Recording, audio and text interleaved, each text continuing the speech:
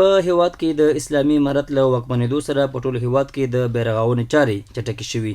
د ننګرهار چپرهار ولسوالۍ اوسیدونکی رضا خان وایي اسلامي امارت په راتګ سره چپرهار کې بېلابېلې رغنیزې پروژې ترسره شوي چې ګڼو کسانو ته پکې د کار کولو زمینه هم برابره شوې. دا حکومت نه دغه ضرورت دی، دغه سرکونه موږ ته جوړ کړي، د لښتي جوړ کړي او ډیمونه جوړ شي.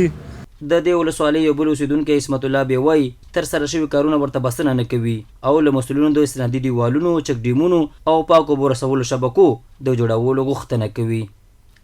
انشاءالله اسلامي امارت چې راغلی دی په ننګرهار ولایت کې بل خصوصا بیا په چپرهار ولسوالۍ کې ډیر کارونه شوي، بندونه جوړ شوي دي، داسې لښتي ویلي جوړ شوي لکه زموږ په شولاني په کاریا کې داس تقریبا یو میاشت یوه نیمه میاشت مخکې کارونه وشو، د لښتۍ کارونه وشو او ډیر ښه کارونه وشو. موږ د اسلامي امارت نه ډیر خوشحاله، خو دغه کارونه چې دی بسنه نه کوي، باید نور کارونه موږ ته وکړي. په ورته وخت کې د چپرهار ولسوالۍ مرستیال ولسوال مولوي عبدالقیوم ثاقب وایي وروستیو سیلابونو د ولسوالۍ کې ډېر ځایونه اړولي او ولسونو ته په بېلابېلو برخو کې د رغنیزو پروژو د ترسره کېدو ډاډ ورکوي. او یقینا چې د امارت اسلامي پر راتګ سره په ډیرو ساحو کې کارونه شوي دي.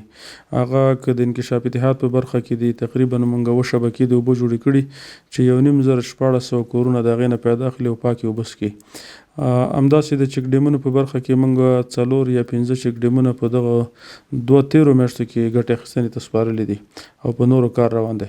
نو د خلکو غوښتنه په ځای ده، موږ یوه عامه بررسي کړې ده، هغه د استنادي دیوالونو ده، د چک ډیمونو ده، د پاکو اوبو برابرولو ده او د صحت په بخش کې چې کوم تعمیرونه زیانمن شوي دي جګړو په محل باندې د مخکیني حکومت سره، هغې دپاره انشاءالله پروګرام روان دی. په نږدې راتلونکي به ټولو ته انشاءالله رسیدګي وشي. د یادونې وړ ده چې په دې وروستیو کې د ننګرهار په بېلابېلو ولسوالیو کې د چک ډیمونو، استنادي دیوالونو او پاکو اوبو رسولو ګڼې پروژې ترسره او ګټې اخیستنې ته سپارل شوي دي.